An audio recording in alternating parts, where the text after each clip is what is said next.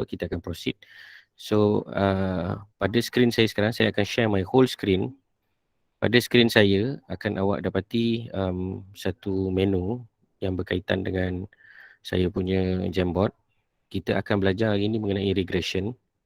Regression yang saya akan fokuskan hari ini lebih kepada fokus regression yang berkait dengan apa yang dipanggil sebagai simple linear regression. Okay, simple linear regression. So kepada anda yang pernah melihat saya punya video sebelum ni, sepatutnya anda dapat idea lah apa yang kita nak cerita hari ni. Tapi jika anda tak dapat nak tengok video yang sebelum ni, sila pastikan anda tengok. Saya akan recap mengenai kaedah pengiraan hari ni. Hari ni objektif kita adalah mengajar untuk melihat kaedah pengiraan dan juga macam mana kita nak kira manual dan juga macam mana nak gunakan software secara superficial lah, sebab software nanti akan ada practical yang kita akan buat kemudian. Okay, sekejap. Okay, so topik kita hari ni akan cover bab regression. So regression dan linear dan correlation ni adalah satu benda yang berkait. So anda boleh lihat kepada nota yang saya pernah share sebelum ni. Nota ni tak lain tak bukan kita nak dapatkan manfaat dari aspek kaedah pengiraan lah sebenarnya. Itu yang paling penting lah dalam nota yang saya nak share ni. Okay, boleh nampak nota? Nampak. Nampak sir. Boleh sir, nampak. Boleh. Nampak sir. Alright, saya try buat slideshow. Macam ni nampak tak? Nampak besar ke atau macam ni? Semenggah ke tak semenggah? Tengah loading sir. Ni, okey tak? Okey. Okey sir. Okey sir. Boleh. Boleh. Jelas sir. Muka saya pun nampak kan? Jelas kan? Okey lah. Nampak. Okey, so hari ni kita akan bincangkan mengenai satu perkara yang berkaitan dengan kaedah pengiraan apa yang dipanggil sebagai korelasi. Regression. So kita dah belajar semalam ataupun last week ataupun a few weeks before, which is we talk about the correlation. So correlation, nature of relationship, tu anda kena ingatlah, anda kena recap balik bahawa dia adalah berkait dengan strength dan juga direction. Kemudian saya teruskan pula penerangan mengenai regression, di mana regression ini adalah mencari perhubungan antara dua variable. Kita ada multiple linear regression dan kita ada simple linear regression. Tapi untuk hari ini dan episod untuk awak faham sebagai seorang PPKP adalah simple linear regression. So simple linear regression menggunakan formula yang berikut. So formula ini saya tunjukkan kepada anda dan siapa yang sedang tengok Jamboard pun akan nampak lah ya. Y sama dengan A campur BX. Tapi ini adalah penulisan secara bukan statistik lah. Ini adalah penulisan secara apa yang dipanggil sebagai ini adalah statistik. Biasanya epidemiologi ataupun yang menggunakan aspek penulisan data, biasanya kita akan gunakan Y hat is equal to beta not. Beta not ni sebab kita akan guna SPSS kan nanti. So dia akan jadi macam ni, beta not plus beta x. Okay, so plus beta xn. So ini dot ni adalah bermaksud kita punya lebihan-lebihan variable lain yang kita akan kira. Dan anda kena tahu cara nak kira slope. Yang ini memang akan masuk dalam peperiksaan lah. Anda kena kira slope, iaitu B sama dengan N sigma xy. Kemudian anda perlu tolakkan dengan sigma x dan juga sigma y. So sigma y dan juga sigma x ni anda akan dapat dengan cara menggunakan table jadual. Kemudian sigma x kuasa 2, kemudian kita akan tolakkan dengan sigma x yang dikuasa 2kan. Kemudian anda akan dapat slope anda ataupun dapat diringkaskan dengan sigma xy, tolak dengan n, kalikan dengan y, dibahagikan dengan sigma xy, tolak dengan n kali dengan x kuasa 2. Okay, so sebenarnya saya tak suka yang ringkas, saya suka yang asas lah. Okay, ini adalah untuk slope. Dan apabila anda kira slope ni, tak lain tak bukan, saya dah pernah tunjuk y, x, lepas tu x kuasa 2, y kuasa 2, kemudian xy. Okay, buat jadual ni. Jadual ni mesti dibuatlah untuk memudahkan anda mentabulasikan data masing-masing. Okay, dalam peperiksaan kita akan minta anda buat jadual ni lah. Nanti anda akan buatlah accordingly. So ini adalah untuk B ataupun kita panggil sebagai slope. N kali dengan sigma xy tolak dengan sigma x kali dengan sigma y bagi dengan n kali dengan sigma x kuasa 2 tolak dengan sigma x yang dikuasa 2 kan. Okay, yang ini saya harap anda faham. Boleh tengok dekat Jamboard. Apa yang saya cakap ni akan ada dekat Jamboard. So anda perhatikan accordingly. Kemudian kita ada pintasan pada paksi y. Pintasan y. So formula sebenarnya akan diberi, tetapi untuk memudahkan anda memaham suatu topik, pada saya better anda hafal lah ataupun faham lah konsep penggunaan dia. Sigma Y bahagikan dengan N tolak dengan B. B ni adalah anda punya slope. Sigma X bagi dengan N. Ini adalah contoh kaedah penggunaan yang dipanggil sebagai pintasan Y. Okey, saya nak tunjuk slide ni je sebenarnya. Lepas tu saya nak buka pada Jamboard. Setakat ni jelas tak macam mana nak buat benda ni? Okay, kalau tak jelas, kita akan buat Sir, ya, so yang saya tulis intersect Y tadi ada saya tulis kat Jamboard ke? ada. Yang saya tengah cakap dengan awak ni, bukan saya cakap saja je. Memang tangan saya pun sedang menulis di Jamboard. So kalau awak buka dua device, awak akan nampak lah apa yang saya buat. Tapi tak apa, kita akan pergi bersama-sama. Sekarang ni saya buka Jamboard. Anda nampak kan Jamboard saya kan? Nampak sir, nampak. Nampak Okey, alhamdulillah. So sekarang ni mari kita ya. Boleh tak saya share link lagi sekali sebab saya buka dalam laptop dia tak boleh nak buka. Dia tak boleh nak buka? Dia tak boleh nak share daripada phone. Jadi saya tak boleh nak buka. Boleh tak minta saya share lagi sekali Jamboard? Oh, saya stop lepas tu saya reshare lah Okey, sekejap saya share lagi sekali. Saya share a tab. Saya share entire window lah, senang kan? Kalau saya koyak hidung pun boleh nampak kan? Okay, just kidding. Alright, so sekarang ni saya dah share semula harap anda nampak. Dan biasanya saya hide lah objek. Sebab saya punya komputer, mirror komputer ni saya tak boleh nak pakai hari ni, tak bawa kabel pula. Okay, so kita akan teruskan sekarang. Sekejap cara kita nak mengoperasikan penggunaan apa yang dipanggil sebagai slope dan juga kita punya pintasan ni. Okey, saya ambil contoh senang lah. Kita ada X, kita ada Y. Kita ambil benda yang simple. X adalah IV, Y adalah DV. Okey, sekejap saya pergi next. Sorry. Kita pergi dulu balik kepada formula tadi. Formula kita akan ada dua. Pertama adalah slope. Satu lagi adalah pintasan. Pintasan dipanggil sebagai pintasan dipanggil sebagai A dan slope dipanggil sebagai B. Betul? Betul kan? Kemudian kita ada N kalikan dengan sigma XY tolak dengan sigma X kalikan dengan sigma Y. Kalau saya salah tulis, bagi tahu Kemudian yang di bawah ini adalah N kali dengan sigma X kuasa 2 tolakkan dengan sigma X yang dikuasa 2 kan. Betul ke? Okay, kalau anda tak sure, anda boleh tengok balik lah. Yang ni saya salin asal daripada kita punya slide tadi.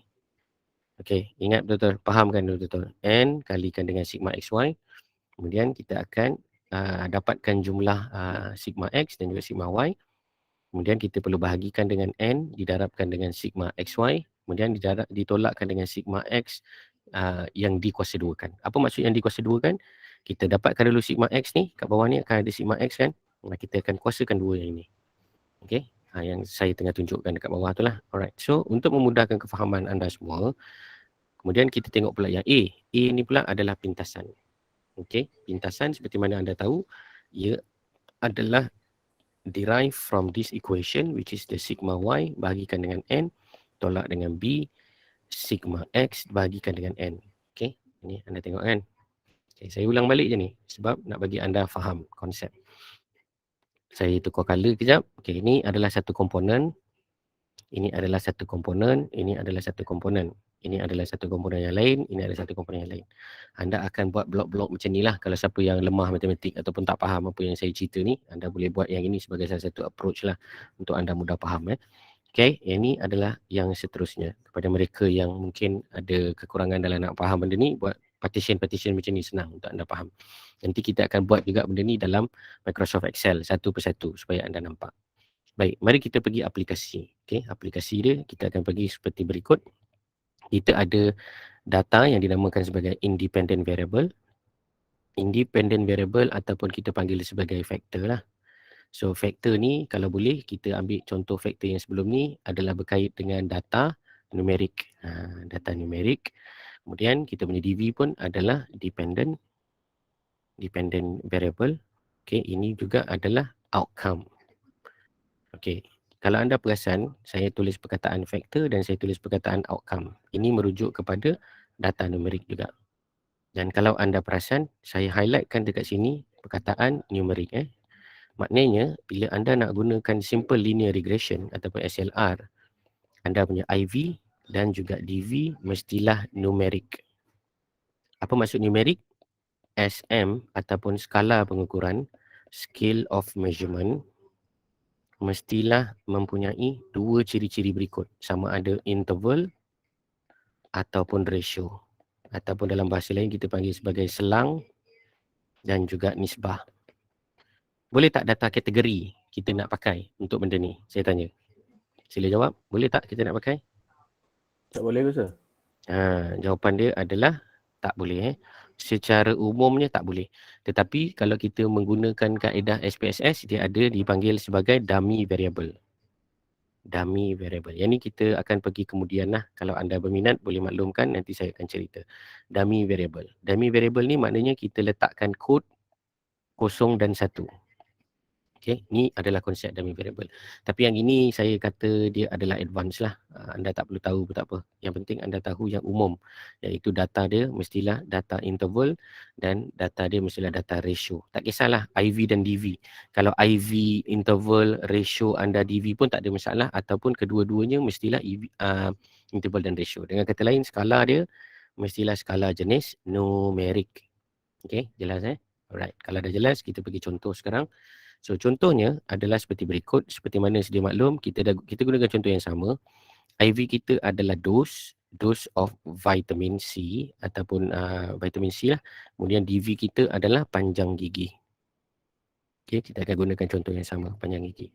So apakah contoh-contoh data dia? Okay, kita akan ambil data ni dalam bentuk array. Array ni dalam bentuk jujukan lah, macam yang saya tunjuk ni. Contohlah, ni contoh saja sebab nak bagi contoh kan. 10, 30, 40, 50. Okay, ni array. Kita ada berapa sampel kat sini?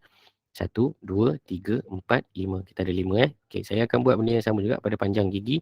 1.5, 2.4, 3.7, 2.1, 1, 2, 3, 4, 2.5. Okay, ini array dia. Okay, nampak tak apa yang saya maksudkan ni? Array 3, 4, 5. So, bila dalam array, maka anda susah nak memposisikan data ni. Oleh itu, kalau dalam Excel nanti, sekejap lagi kita akan demo lah. Kalau sempat saya akan demo kat Excel. Macam mana kita nak susun? So, anda susunlah data ni seperti yang saya tunjukkan sekarang. Okay, ini nombor. Ini X dia. X dia 20, 10, 30, 40, 50. Ini contoh saja Contoh yang berkait dengan kita punya data gigi dan juga vitamin C. Okey, yang ini Y. Y kita adalah gigi 1.5, 2.4, 3.7, 2.1, 2.5. Okey, jelas? Okey, kemudian kita akan ada X kuasa 2. Okey, kemudian kita akan ada Y kuasa 2. Kemudian kita akan ada lagi satu kolom dinamakan XY. Okey, jelas ke tak jelas? Ini sum lah. Ini kita ada 5N. Kemudian ini sumkan dia. Kita akan ada sum kat sini. Kita akan ada sum kat sini, kat sini, kat sini, kat sini. Okey, setakat ni ada apa-apa soalan? Tak ada. Oleh kerana saya nak kena kira benda ni bersama dengan awak semua. Jadi saya akan mengira menggunakan Excel lah supaya senang. Boleh Boleh sir. Boleh sir. Boleh. Boleh sekejap saya buka Microsoft Excel. Sekejap ya. Okey. So saya akan tarik balik semula supaya awak nampak lah macam mana nanti awak pun boleh buat juga apa yang saya tunjuk ni supaya dia punya nikmat belajar tu lebih berkesan lah ya. Okey, kita ada nombor 1, 2, 3, 4, 5. Nanti kita akan check juga sekali dekat dalam Excel ni secara manualnya macam mana. Okey. So semua tahu ni tadi 20, 10, 30, 40, 50. Kemudian Y kita adalah 1.5, 2.4, 3.7, 2.1 dan juga 2.5. Baik. Ada kawan awak pernah tanya saya macam mana kita nak jadikan dia kuasa 2. Dia ada banyak cara lah kalau dalam Excel ni. Boleh nampak Excel saya? Nampak sir? Boleh nampak kan? Okey. Katakanlah saya nak cari sekarang ni 20 kuasa 2 Jadi sama dengan 20 didarab. Darab ni adalah star, darabkan dengan nombor yang sama. Ini contoh. Macam mana kita nak kuasakan 2. Itu cara yang pertama. Ataupun cara yang kedua, kita tulis sama dengan ambil data kita, letak shift 6. Shift 6 ni adalah kuasa 2. Pun sama juga. Okay. So untuk memudahkan saya kira, saya akan double klik lah. Dia akan auto. Dia akan auto buat semua benda. Sama dengan kita ambil balik kuasa 2. Senang ini auto je. Saya akan pakai auto. Okay, selepas dah siap, kita akan sum lah. Kita akan sum. Sama dengan sum. Sum, buka kurungan, tarik lah daripada atas ke bawah, enter. Okay, dah siap satu, kita akan save it. Semudah itu Dah, dapat dah? Dah dapat belum? Apa yang kita buat ni? Dapat Dapat sir? Dapat sir, dapat. Dapat. Very good. So sekarang ni, marilah kita tengok pula formula dia tadi. Sebab kita nak kira satu-satu kan. Okay, mari kita mulakan dengan yang pertama. Saya akan gunakan benda ni. Sekejap saya save. Kalau saya tak sempat save pun benda ni, sebab dia record, nanti awak tengok sendirilah ya. Nanti saya harap awak boleh nampak lah. Kira ni nanti awak tengok balik pada minit yang keberapa ni pun saya tak ingat. Video ni nanti awak refer balik lah. Kalau siapa yang sedang follow saya ni, follow je. Nanti boleh dapat manfaat bersama insyaAllah. Okey, sekarang kita nak kira slope. Slope kita tak lain tak bukan, seperti tuan-tuan dan puan tahu, ia adalah B. Indikator dia adalah B lah. So kita akan kira. Okey, kita akan kira kompartmen yang pertama. Okey, bila saya kata kompartmen, saya merujuk kepada yang ini. Kalau ada siapa yang mungkin tertanya-tanyakan apa yang maksud Encik Aizat pasal kompartmen ni, okay, saya akan buat macam ni lah, senang. Dalam Excel saya, faham tak? Supaya anda tak confuse. Okay, saya letakkan nombor tu supaya anda tak confuse. Okay, jelas Ini kepada mereka yang mungkin tak mahir sangat guna, kita buat satu-satu. Okay, saya akan kira nombor 1 dulu, N5, okay, darabkan dengan sigma XY. Ini adalah sigma XY, betul? Betul ke salah? Salah Sekarang ni salah. Sebab apa salah? Kita tak buat lagi satu namanya XY. Sebab tak awak pun tak perasan, saya pun tak perasan. Sebaik saya perasan di akhirnya. Alright. So selesai. Ini adalah XY dan ini adalah sigma XY. Okey, jelas? Jelas Ada satu tertinggal tadi, XY. So bila anda masuk dalam exam, yang ni 3 kolom ni kena tambah sendiri-sendiri. Memang akan ada soalan nanti yang menjurus kepada aplikasi regression yang sama ada secara peperiksaan final menggunakan Excel. Memang dia akan cakap menggunakan Excel sila keluarkan jawapan. Anda kena buat macam ni lah. Of course lah, dia takkan banyak data dia kan, tapi anda tahu.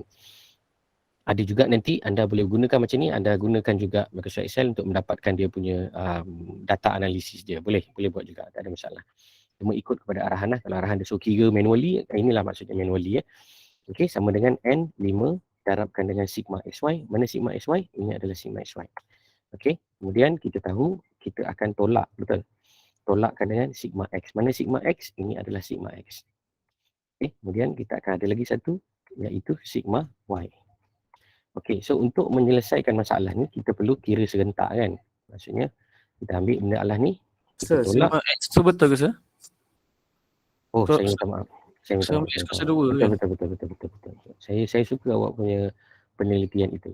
Terima kasih ya.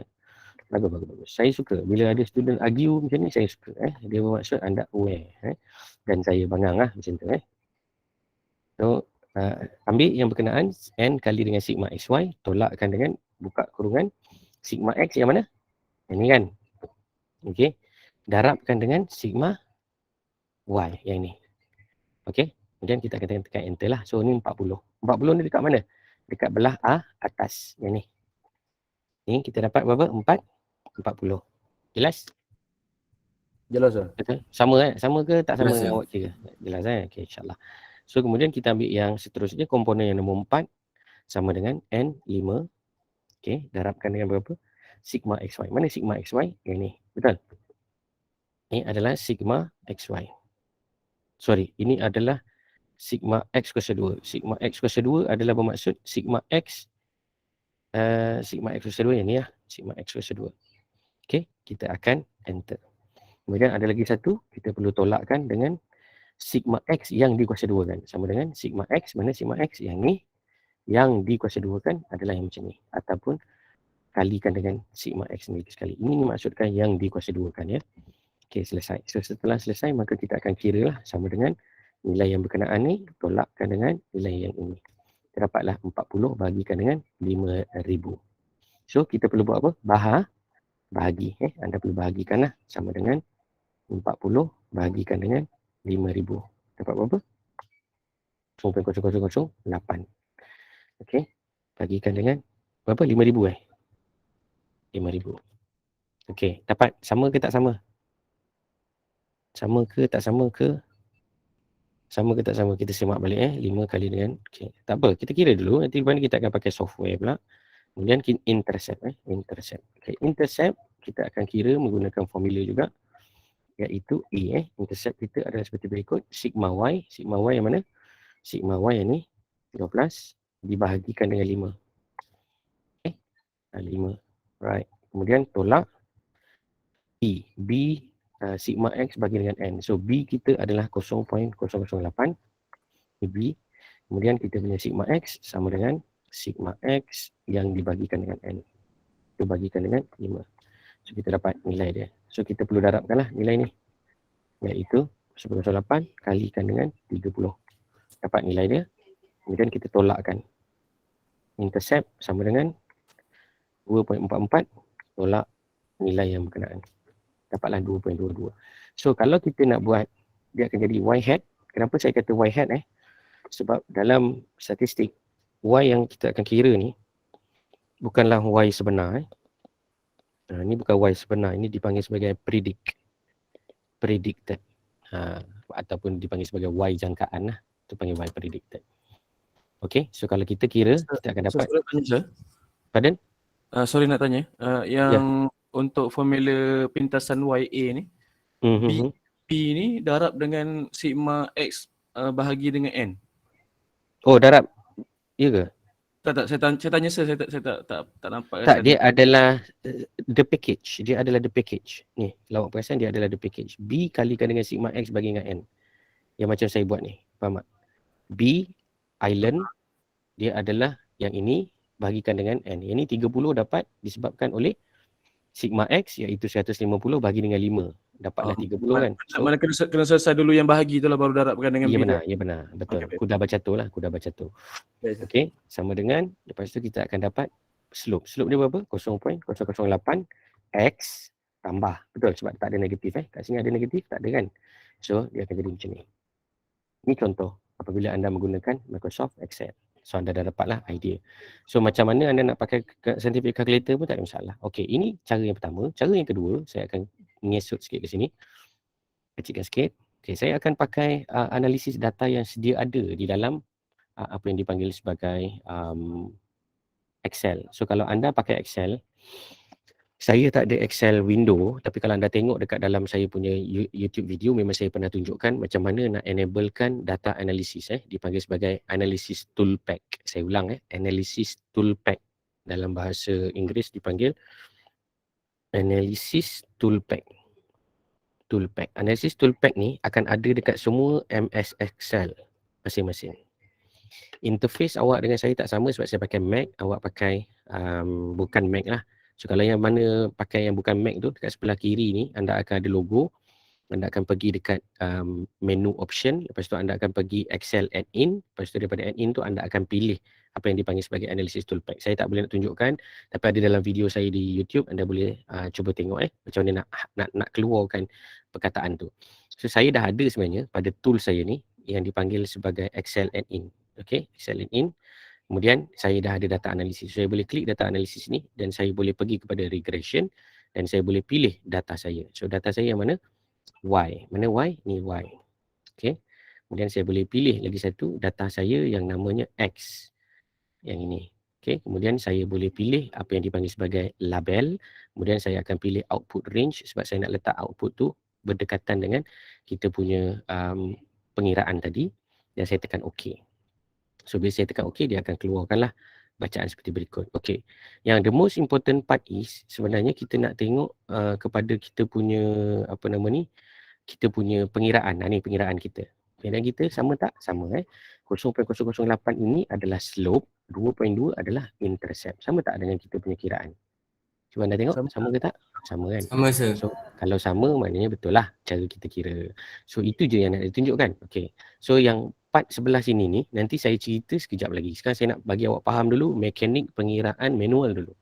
So boleh boleh kira manual sekarang kalau ada masalah banjir ke dekat PKD dekat awak punya daerah boleh kira manual untuk tengok berkaitan antara variable. Boleh? Boleh sir. Boleh So saya tulis kat sini diisi guna Excel sebab malas. So anda akan dapat y hat is equal to 0.008x campurkan dengan 2.2. Baik. Jelas? Dia tak perlu kira sir. Dia macam tu je jawapan dia. Bukan, jawapan dia kena kira lah. Ini kena kira. Cuma saya dah tulis kat sini diisi dalam Excel. So kalau ikut betul awak kena kira lah. Dia punya B, kemudian dia punya A. Okey, ini nanti awak tulis lah dia punya pengiraan dia. Buatlah pengiraan macam saya buat ni. N kali dengan sigma XY, tolakkan dengan sigma X kali dengan sigma Y. Ya. Sir, maksud saya dekat y hat ni kan saya tulis y hat sama dengan 0.008x darab 2.2 kan? Tambah 2.2. Tambah. Jadi perlu selesaikan ke tu? Oh tak payah. Ini kalau ada, okey, soalan yang baik. Maksud kawan awak ni, perlu tak diselesaikan? Tak, inilah sebenarnya yang dipanggil sebagai predicted equation ataupun PE. So nanti mungkinlah dalam soalan dia akan tanya, andaikan berapakah nilai y hat jika diberi x sama dengan 8 contoh. So macam mana nak buat? Anda masukkanlah 8 ni dalam formula. Ini hanya apabila diminta. Faham tak maksud saya? Okey, faham sir. Contoh kan, nanti kan dia tanya soalan kan. Okey. Contohlah soalan tu 5A dia suruh kira lah. Awak pun dah buat formula ni. Dapatlah markah penuh. Okey. Selepas buat jalan kerja semua, markah B pula. Dia akan tulis andai. Andai kata X adalah 20. Tentukan anggaran panjang gigi contoh. So anda masukkanlah 20 ni dalam equation. Faham Faham ke tak faham ni? Faham sir. Alright, dengar baik-baik ya. Future PPKP, bila anda buat prediction, dia akan ada ralat. So ralat ni semua orang tahulah ada berkait dengan bias, dia akan berkait dengan kita panggil sebagai error. Error ni memang ada satu topik khas, nanti saya ajarlah macam mana nak estimate error ni. Dengan kata lain, y hat yang awak kira ni tidak semestinya tepatlah, tidaklah tepat. Namun ianya boleh dikurangkan ralat. Dengan kata lain, semua prediction adalah tak betul. Tetapi manakah prediction yang paling kurang ralat, itu yang kita nak cari. Okey, contoh macam ni kan, kita dah tahu inilah equation kita. Kita masukkan je nilai vitamin C dalam bentuk dos, maka kita boleh predict berapa panjang gigi. Jelas tak? Jelas sir. Okey, saya perlu cakap dengan awak juga sebab awak akan berada di dalam unit surveillance. Mungkin akan ada yang tertanya-tanya, oleh yang demikian, kenapa Encik Aizat duk sibuk-sibuk ajar kita pasal regression ni? Kenapa regression ni kena dipelajari oleh PPKP? Jawapan dia senang.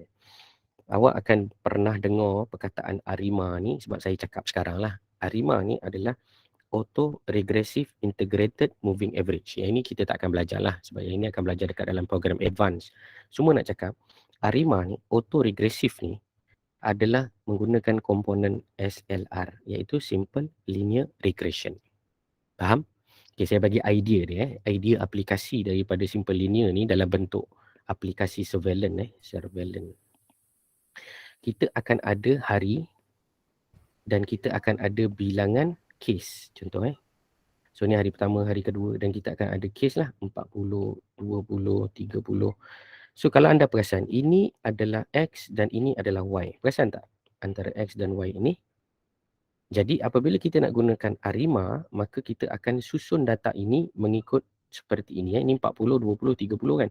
So kita akan susun macam ni. 40, 20, 30. Nampak tak? Ini adalah day 1. Ini adalah day 2. Apa yang berlaku pada hari ini adalah sama seperti apa yang berlaku pada apa yang berlaku pada hari esok adalah ditentukan oleh apa yang berlaku pada hari ini. Nampak tak? Ini susunan data lah. Tak apa, ni just nak bagi hint lah. Apa-apa pun yang penting, awak akan gunakan X, awak akan gunakan Y kat sini. So X dan Y ini last kali dia akan hasilkan apa? PE, iaitu Y hat sama dengan beta X campur beta naught. So beta X ni dan beta naught akan digunakan untuk membuat andaian ataupun gambaran apakah kes pada D3. Faham tak? D3 ni apa? Hari yang seterusnya. Maknanya anda boleh gunakan simple linear regression untuk menganggar berapa banyak kejadian penyakit yang akan berlaku pada hari esok. Sebab apa? Apa yang berlaku pada hari ini, awak hipotesiskan ianya berpunca daripada hari semalam. Apa yang jadi hari ini, semalam punya cerita. Apa yang jadi semalam, kemarin punya cerita. Jadi Dia flow tu awak akan susun data, kemudian awak akan buat analisis. Okey, ini awak memang tak buat lah sebab ini adalah advance. Sorry sir. Maksudnya macam COVID tu, contoh dia anggarkan kes akan sampai berpuluh-puluh ribu tu, mana dia ada kaitan juga dengan tu lah, tapi macam tak macam jauh sangat ke nilai dia sir? Okey, bagus, soalan yang baik COVID. So untuk makluman anda, apabila kita membuat COVID, maka kita akan ada ARIMA. ARIMA ni adalah untuk forecast. Forecast apa forecast? Ramalan. Dan ramalan forecast kita akan berdasarkan SLR. Ini adalah asas. Jadi apa yang dibuat masa COVID, dia akan menggunakan model forecast tetapi dia tak gunakan algoritma. Okey, ini dipanggil algoritma. Algoritma yang mudah-mudah macam level awak yang baru nak belajar statistik, memang awak boleh faham lah pakai SLR, iaitu y hat is equal to beta naught plus beta x. Tapi apabila kita dah tengok COVID dan kita tahu COVID ni adalah multifactorial, maka kita perlu lebih kompleks algoritma. Okey. Ini sebenarnya high end sikit apa yang saya nak cerita ni. Kompleks algoritma di sini bermaksud kita kena pakai SIR model. SIR model ni adalah mathematical epidemiology. Ini kena pakai DYDX. Oh, ni level lain. Sebab advanced diploma pun tak belajar. Ini biasa saya share dengan doktor pakar lah. So kemudian kita ada SEIR, susceptible, infectious and recovery. Susceptible, exposure, infectious and recovery. Dan sekarang dia akan ada lagi model lagi advance. Sebab apa? Dia ada elemen vaccination. Nampak tak? So ini semua adalah model. Apa dia? Model. Okay, untuk kefahaman awak kepada yang bertanya soalan tadi, soalan yang bagus, saya suka. Apa yang awak nak masuk dalam model ni untuk buat forecast? Boleh? Jawapan dia boleh. Tapi kalau awak nak pakai bodoh-bodoh je SLR ni pun boleh tak? Boleh. Tapi dia akan ada error. So nak lebih tepat anda akan gunakan algoritma. So algoritma yang mana lebih kompleks lah, iaitu SIR, SEIR dan lain-lain. Ini semua akan dipelajari kemudian lah di peringkat ijazah, sarjana dan lain-lain lah. Ya, ini bukan level awak lah. Okey, setakat ni jelas tak? Tapi kalau soalan. Diorang fokus tu guna DYDX lah sir maksudnya. Forecast tadi awak tanya forecast. So forecast yang mereka gunakan ini adalah berdasarkan model. Model apa? SIR, SEIR. So model ini akan hasilkan apa? Algoritma.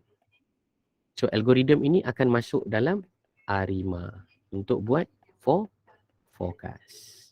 Faham tak? So of course kalau awak tanya saya, habis kalau macam tu apa aplikasi kita? Yang ini awak tak belajar kan?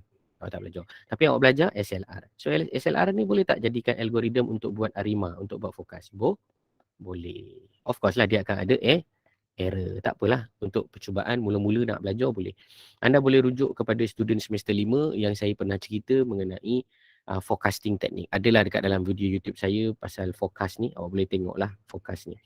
Forecast ni boleh guna forecast energy. Macam semester lepas saya sharekan dengan student semester 5 yang buat promosi kesihatan, macam mana anda nak membuat andaian ataupun anggaran mengenai penggunaan tenaga pada masa akan datang. Yang penting anda ada time series data.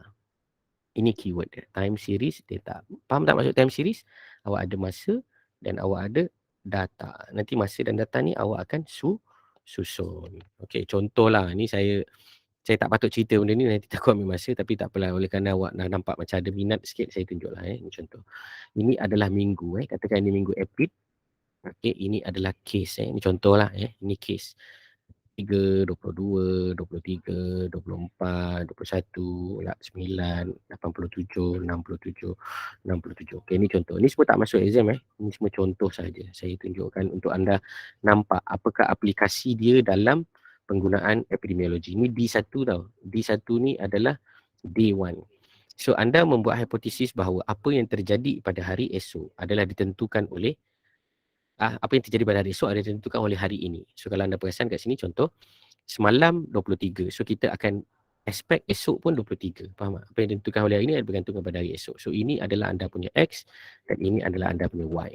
Jadi anda akan gunakan andaian ini yang saya tengah merahkan ini sebagai anda punya linear regression. Ini contoh aplikasi. Saya ulang lagi sekali, tak masuk exam, tapi aplikasi ni anda kena fahamlah, dia boleh digunakan untuk forecast. Forecast apa dia? Ramalan. Allahumma salli ala Muhammad. Ini Y kan? Saya tak ingat ni. Ini Y, betul. Ini adalah X. Okay, ni contoh kan? Y dengan X. Okay, dah siap. So kat sini saya akan letak contoh nanti anda akan nampak ada equation. So nampak tak? Okay, dia akan keluar kat sini kan? So ini anda punya data lah, iaitu 0.379x tambah 19.95. So bagus tak bagus? Kejap lagi kita akan bincang berdasarkan model ni. Tapi kita dah dapat belum satu equation? Dah, kita dah dapat Y sama dengan 0. Berapa ni tadi? 0.3792. 3792x campur 19. Okay, saya katakan campur 20 lah. Campur 20. So maknanya kalau kita nak tahu apa yang terjadi pada hari esok, ni contoh hari esok kan, kita akan masukkan nilai dia lah, sama dengan 0.3792 darab dengan nilai yang ini. Okey, kita akan tambahkan lah, sama dengan yang ini tambah 20. So sebenarnya kita akan dapat 45. So sepatutnya kat sini 45. Nampak tak? Inilah kita punya Y hat. Y hat tu adalah andaian, ramalan kita. Jelas tak? Jelas kenapa kita pakai linear regression? Salah satu aplikasi dia. Sebab kita nak membuat ramalan. So ramalan ni, ya. Nak tanya, macam cara penulisan tu Y hat tu sama dengan A tambah BX ke? Macam saya tulis kan, saya tulis BX dulu tambah A kan? Sama. Okey, soalan yang baik. So sekarang ni mari kita pergi. Awak dah nak pergi kepada hipotesis dah ni? Tak apa, saya pergilah sebab awak dah tanyakan. Cara penulisan tu saya tak. Hipotesis. Okay, dia akan ada hipotesis dulu sebelum awak boleh buat penulisan. Tapi tak apa, awak dah tanya, saya teruskan. Conclusion dia biasanya kita akan pecah dua. Sebab anda kena ingat ada dua conclusion. Satu conclusion mengenai slope. Satu lagi adalah significant predictor. Significant predictor. Okay, slope ni anda akan tengok pada ANOVA table. Significant predictor anda akan tengok kepada independent sample table. Independent sample. Okey, soalan awak tadi adalah macam mana nak tuliskan dia punya equation. So awak akan tulislah Y hat is equal to 0.008x campur, betul lah, campur 2.2. Okey, ada setengah keadaan mesti awak tertanya kan, habis kita nak cerita beta ke kita nak cerita X? Tak kisah. As long as awak faham bahawa ini adalah slope dan ini adalah pintasan. Mesti ada elemen X ni. Sebab X ni menentukan faktor. Faham tak? Kalau awak buat macam ni pun sama je. Y sama dengan 0.008. Kita tak akan kata beta X sebab beta tu adalah bermaksud dia punya slope. Kan? X, dia still X juga. Campur dengan beta not. Beta not tu still adalah pintasan. Dia akan 2.2. So sama je. Anda nak buat Y hat is equal to beta not plus beta X. Ataupun Y hat sama dengan A campur MX. Sama je. Mana-mana anda ada letak depan atau belakang, sama saja. Cuma saya galakkan untuk mengelakkan confuse. Biasanya kita akan letak slope ni kat depan. Slope ni di depan. Tapi ada juga ulama-ulama research yang cadang letakkan pintasan dekat depan. Jadi oleh kerana ada dua mazhab ni, kita raikan semua. Yang penting format dia sama. Cuma dia akan jadi pening bila dia ada banyak X. Ni saya perlu remind kalau dia ada banyak X. Yang itu terpakai untuk MLR lah. Multiple linear regression. Contoh, Y hat sama dengan 0.008X. Apa dia? Awak tulis sini vitamin. Dia sebenarnya bukan X. Dia sebenarnya bukan X. Anda akan tuliskan faktor tu. Sebenarnya anda akan tuliskan vitamin kat sini. Campur 0.3 berus. Contohlah, berus gigi. Campur 2.2. Nampak tak? Ini adalah dia punya X1. Ini adalah X2 faktor. Jelas? Jelas. Jadi kalau kamu tanya saya nak letak depan ke, saya nak letak belakang ke, sebenarnya tidak menjadi masalah. Okey. So mari kita pergi hipotesis pula ya. Hipotesis ni yang paling crucial sebab apabila kita buat linear regression, orang akan tanya awak beberapa benda, iaitu descriptive component dan juga kita panggil hypothesis component. Okey, mari kita belajar satu-satu ya. Pertama, deskriptif saya dah bagi tahu dalam kuliah yang lepas, dia terbagi kepada 3, PE, kemudian R dan juga R square. R ini adalah multiple correlation coefficient multiple, okay, saya tuliskan kat sini supaya anda boleh ingat, multiple correlation coefficient.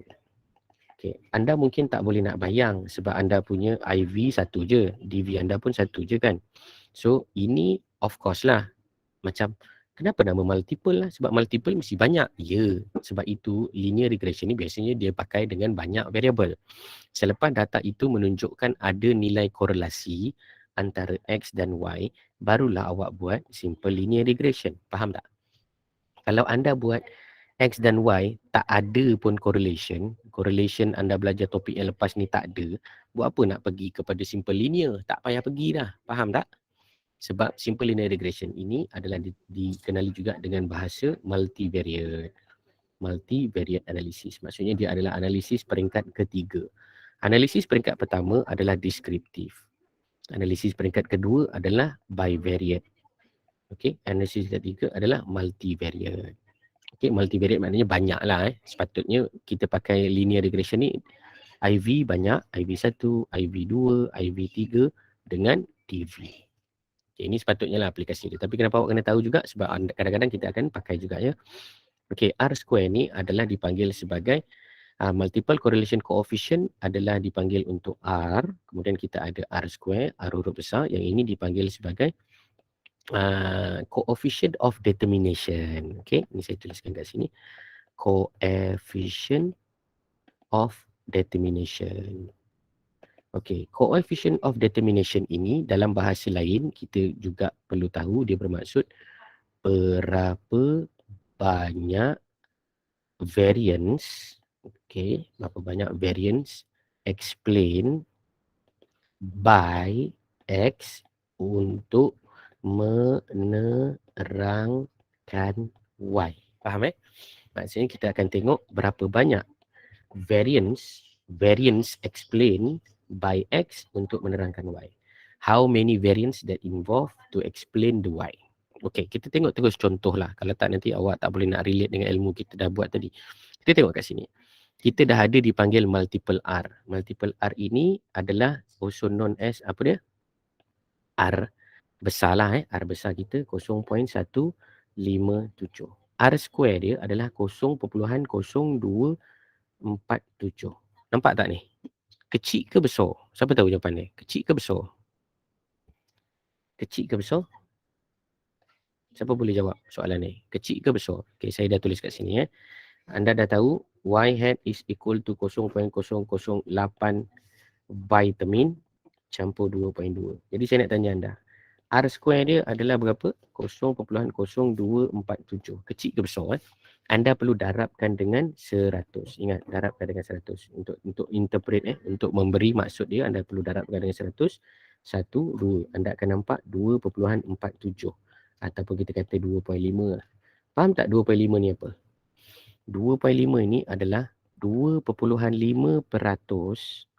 elemen X menerangkan Y. Elemen ini bermaksud variance. Variance. Dengan kata lain, 100% benda untuk kita tahu apa jadi pada panjang gigi, 2.5% ini diceritakan oleh vitamin. So saya nak tanya awak, adakah dia prediktor yang bagus ataupun tak bagus? Sila jawab. Pandai. Dia adalah prediktor tak bagus sebab kecil sangat contribution dia untuk menerangkan Y itu. Betul tak? Kalau dia adalah 75, maksudnya 75% diterangkan oleh X untuk diterangkan oleh variance ini bagi menerangkan Y, maka dia adalah bagus. Macam ni prediktor dia tak bagus lah. Sebab apa? 2.5 je dia boleh menceritakan tentang Y. So yang balance berapa? 97.5 ni diterangkan oleh elemen lain. Elemen lain ni apa? Elemen lain ni 3 je lah. Iaitu malaikat, syaitan dan juga Allah Ta'ala je tahu 97 tu apa. Faham tak? Maksudnya benda tu lah yang awak tak tahu ataupun awak tak kaji. So kira tak bagus lah awak punya prediction equation. Faham tak apa yang saya cakap ni? Faham sir. Faham sir. Betul-betul faham ke saja nak cepat habis kelas ni? Betul-betul faham. Betul-betul faham sir. Okay, ini baru cerita part apa ni? Descriptive. Baik, kita pergi yang nombor 2. Boleh? Kita pergi sikit lagi sikit lagi. Dah nak habis dah kelas ni. Okay, yang kedua adalah hypothesis. Hypothesis seperti mana saya bagi tahu terpecah kepada 2, betul? Satu adalah slope. Satu lagi adalah predictor. Anda kena ingat, saya dah cakap banyak kali, simple linear regression ni biasanya kita ada IV kita banyak, betul tak? IV kita banyak biasanya lah. Oh sorry. Saya kena pergi ke next slide. Okay. Biasanya IV kita banyak. Okay. Biasanya IV kita ada 3 lah. So kita nak tahu 1, 2 dengan 3. Yang mana satu berkait dengan kita punya DV. Faham tak? Yang mana satu berkait DV. Kita tak tahu. Itu biasanya kita pakai linear regression. Tetapi tuan-tuan dan puan kena ingat yang untuk latihan you all di dalam sektor PPKP diploma ni, kita hanya nak tengok IV dan DV, iaitu satu IV, satu DV. So lupakanlah pasal 2 dan 3. Tapi konsepnya still sama, nak tengok apa?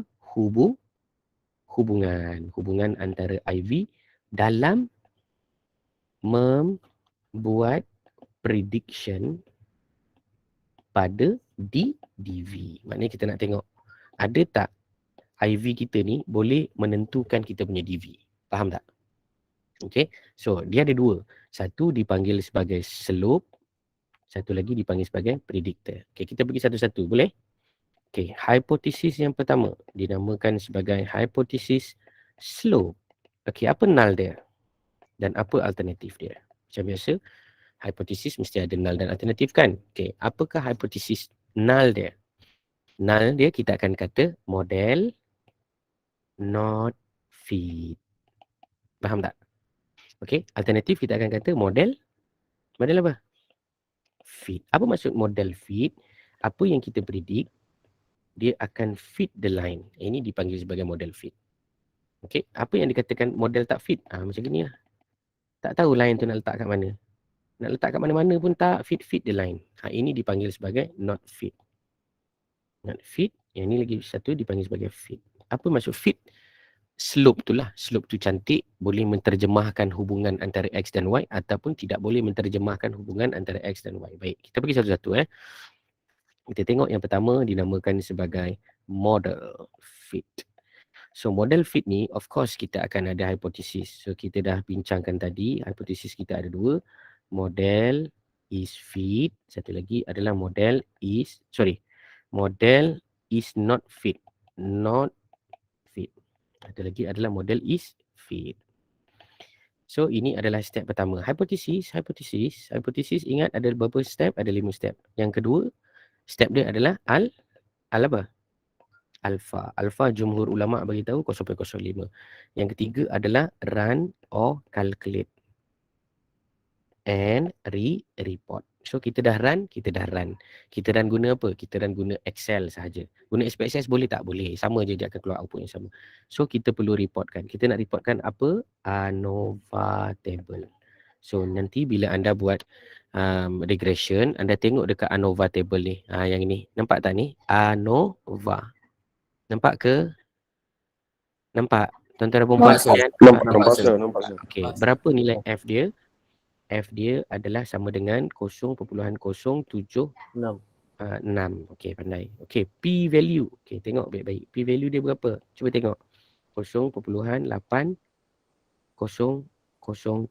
ataupun 808 lah. Okey, ini saya dah tuliskan dah cerakinan dia. Betul? F value, P value. Betul tak? Ya, sir. Okey, so step yang nombor 4. Awak pun tahu. Step nombor 4 apa dia? Decision. Decision ni macam saya bagi tahu, dia ada lagu dia.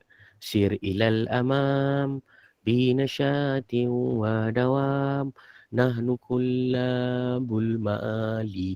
Ni lagu ni kau dengar, jangan dengar je kau mesti hafal So kita ada lagu dia dalam bahasa statistik. Less than reject, more than fail to reject. Faham? Kau dah nyanyi ni, kejap lagi kau nyanyi dalam kelas ramai-ramai. Faham? Buat lagu ni dalam TikTok. Dengar tak dengar ni? Dengar, dengar. Maksud dia apa? Maksud dia macam ni. Less than reject maknanya kurang p-value kurang daripada alpha, maka kita akan reject. Ada lagi satu keadaan, p-value lebih besar daripada alpha, maka gagal menolak ataupun fail to reject, menolak. So dalam kes ni saya nak tanya anda lah tuan-tuan dan puan-puan sekalian, nilai kita adalah 0.8008. Lebih besar ataupun kurang daripada alpha? Lebih besar ataupun kurang daripada alpha? Macam mana, sorry? Ulang soalan. Alpha kita 0.05. P-value kita adalah 0.8008.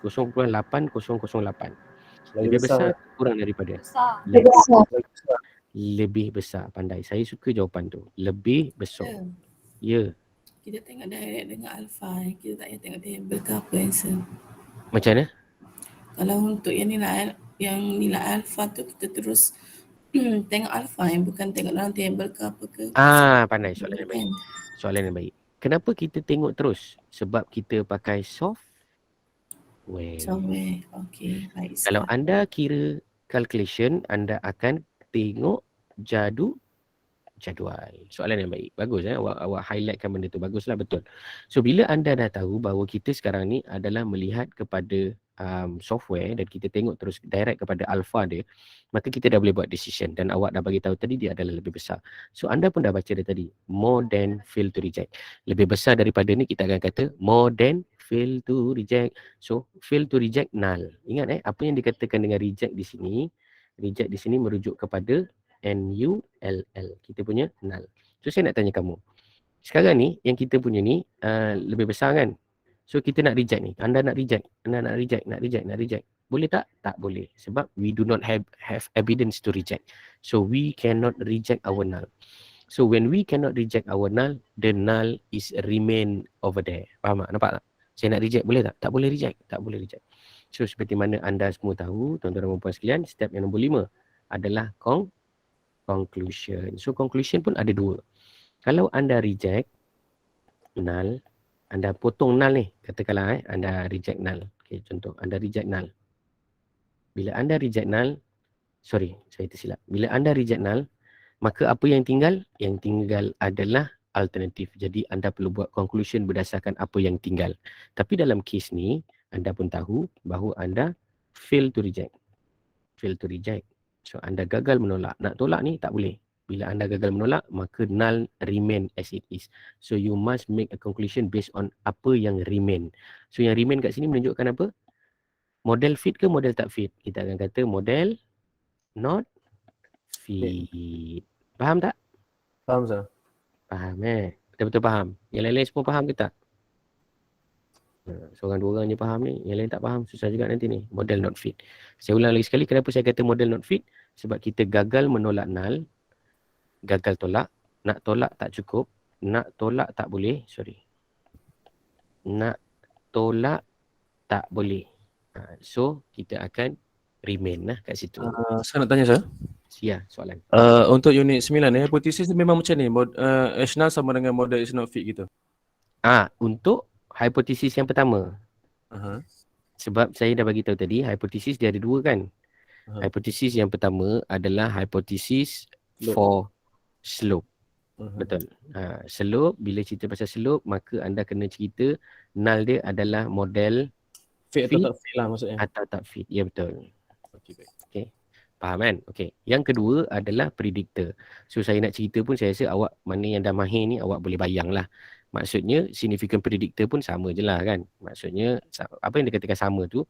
Okay. Yang seterusnya kita ada tadi model fit dah selesai. Kita ada significant predictor.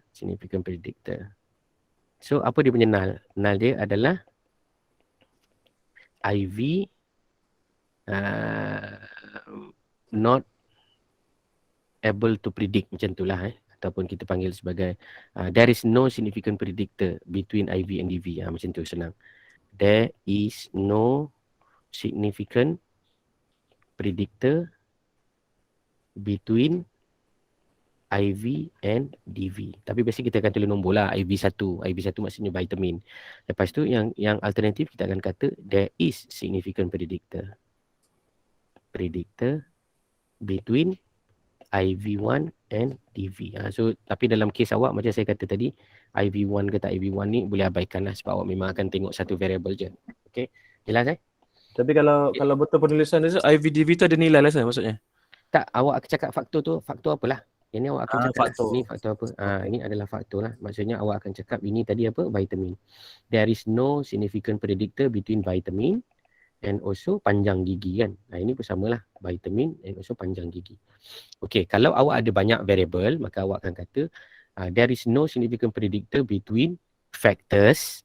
Terus je lah factors. Factors maksudnya semua faktor-faktor tu lah kan dalam kurungan apa dia faktor-faktor dia. Dengan apa awak punya DV. Ini contoh kalau banyak. Tapi macam saya kata, kebanyakan awak hanya buat satu saja. Sebab awak punya level. Okay, level awak degree baru awak buat banyak. Okay, yang kedua, macam biasa alpha. Yang ketiga, macam biasa run or calculate and report. Okay, apa yang nak direportkan? Okay, kita tengok dekat sebelah bawah. Yang ini anda jangan lupa, kita akan tengok jadual yang lain. Tadi ANOVA kan, yang ini namanya jadual independent sample. Dekat bawah ANOVA tu ada satu jadual tambahan. Ini jadual ni dipanggil independent sample punya jadual lah. Nampak tak ada p-value kat sini? Nampak tak? Sorry sir. Ya. Kelas seterusnya dah start sebenarnya. Oh dah start Oh okey lah. Tak apa. Sorry So sir. it's okay. Saya baru sampai 10.40. Macam mana? Saya tak faham. Miss Ain bagi masa sampai 10.40. 10.40 okey tak apa. Saya habiskan sikit lagi last ya. Okey, so kat sini adalah independent sample. So kalau anda tengok kat sini independent sample. So independent sample merujuk kepada anda punya T statistik. Okey, T statistik value yang itulah 0.275. Lepas tu P value. P value anda adalah 0.8. Ni ambil yang X ni. Okay, ambil yang X ni. So kalau anda tengok kat sini, maka dia adalah conclusion yang sama iaitu kita akan nombor 4, kita akan decision, kita akan fail to reject lah fail to reject. So bila kita fail to reject, kita akan buat conclusion there is no significant predictors. Itu saja. Okay, so itu saja yang saya nak tamatkan. Sekian. Ada apa soalan? Kalau ada pun nanti tanyakan Diana ya. Okay. Jadual yang saya nak tanya. Macam mana kita nak ambil intercept atau X tu? Yang tadi yang saya buat. Oh, yang untuk Excel tu? Aha. Kita ambil X lah. Kita jangan ambil intercept. Sebab intercept adalah equation predictor untuk kita punya intercept. Kita ambil lah X. Sebab X adalah factor kan. Okey, baik sir. So kita bacalah kita punya apa yang dipanggil sebagai T statistik dengan P value dia. Yang ni yang saya merahkan ni. Okey sir. Nampak alright, thank you very much. Okay, itu saja untuk setakat ni. Terima kasih untuk anda punya perhatian. Mohon maaf sebab kelewat sikit. Kita akan sambung kemudian lah pada amali yang berkaitan. Okay, sekian. Ya. Terima kasih sir. Thank you sir. Alright sir, thank you so much sir. Salam. Jangan lupa Okay, Thank you, salam. sir. Jangan lupa download apa yang patut. Okay, itu saja. Alright sir, terima kasih sir. Okay. Roslan baru nak join ke apa? Memang kelakar Okay.